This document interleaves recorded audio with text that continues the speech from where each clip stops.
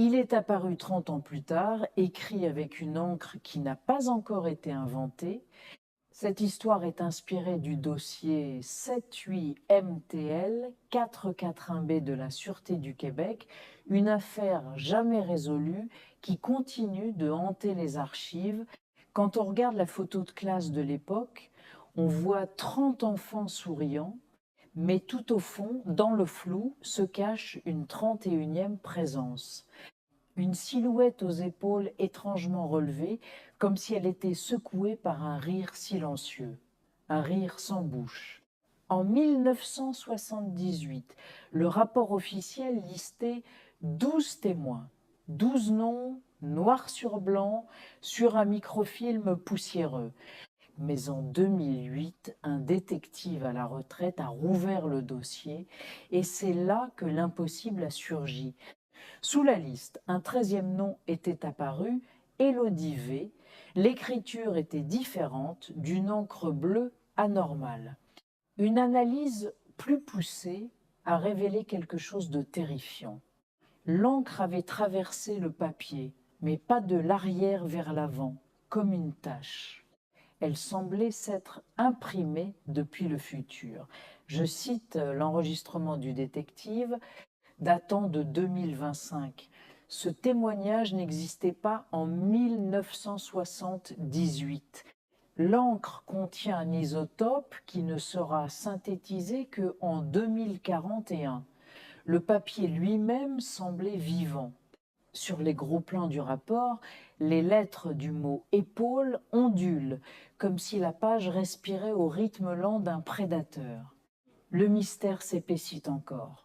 Le croquis original, dessiné par la fillette, montre cet homme sans visage, aux épaules courbées. En 2019, des chercheurs ont décidé de scanner ce dessin aux ultraviolets. Ce qu'ils ont découvert défie toute logique. Sous les traits de crayon de l'enfant, 13 points lumineux étaient dissimulés, 13 points dont la disposition correspondait parfaitement au réseau de caméras de surveillance de la ville de Montréal, tel qu'il sera en 2026. L'une de ces caméras imaginaires pointait directement vers l'endroit où vous vous tenez, vers cet écran.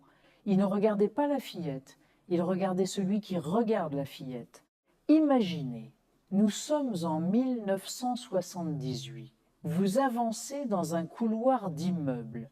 La porte de l'appartement 441 est entr'ouverte.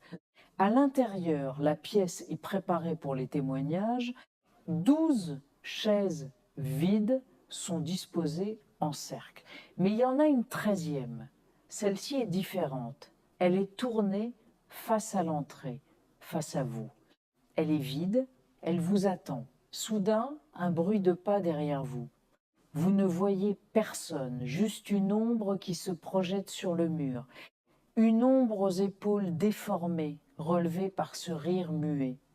Un murmure d'enfant résonne comme venu de nulle part. Maman, pourquoi l'homme dans l'écran sourit avec ses épaules? Dans son dernier enregistrement, fait seulement 72 heures avant sa mort inexpliquée, le détective a laissé un dernier avertissement. Ces mots concluent cette boucle terrifiante. Le 13e témoin n'a jamais existé. C'est le regard lui-même qui devient témoin. Et maintenant, il a un nom, le vôtre. Merci d'avoir regardé. N'oubliez pas de vous abonner pour ne rien manquer de nos prochaines enquêtes aux frontières du réel.